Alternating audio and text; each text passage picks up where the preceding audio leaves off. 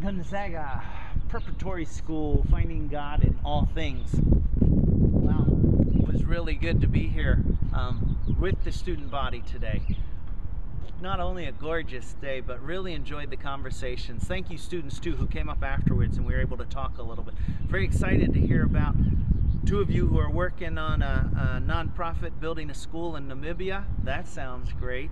And several others of you said you'd like to start a chapter, or at least the idea came to you. And I'm not trying to twist any arms, but I'd love it to hear an anti-genocide chapter start here. Stand Now, standnow.org.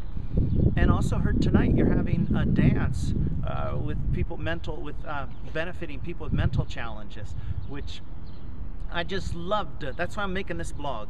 Love to hear all the different ways that you're involved with service here and far away. You know, we're able to do them both, locally and far away. So if you get an opportunity, or take the opportunity, whether here or Facebook, let us know some of the projects you're involved in, or some of your dreams or hopes or plans, and we kind of hope it'll be a place where it can be shared with other students, a forum where you can share ideas and things. Really bright, huh?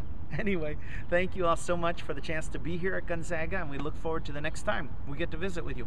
We'll see you.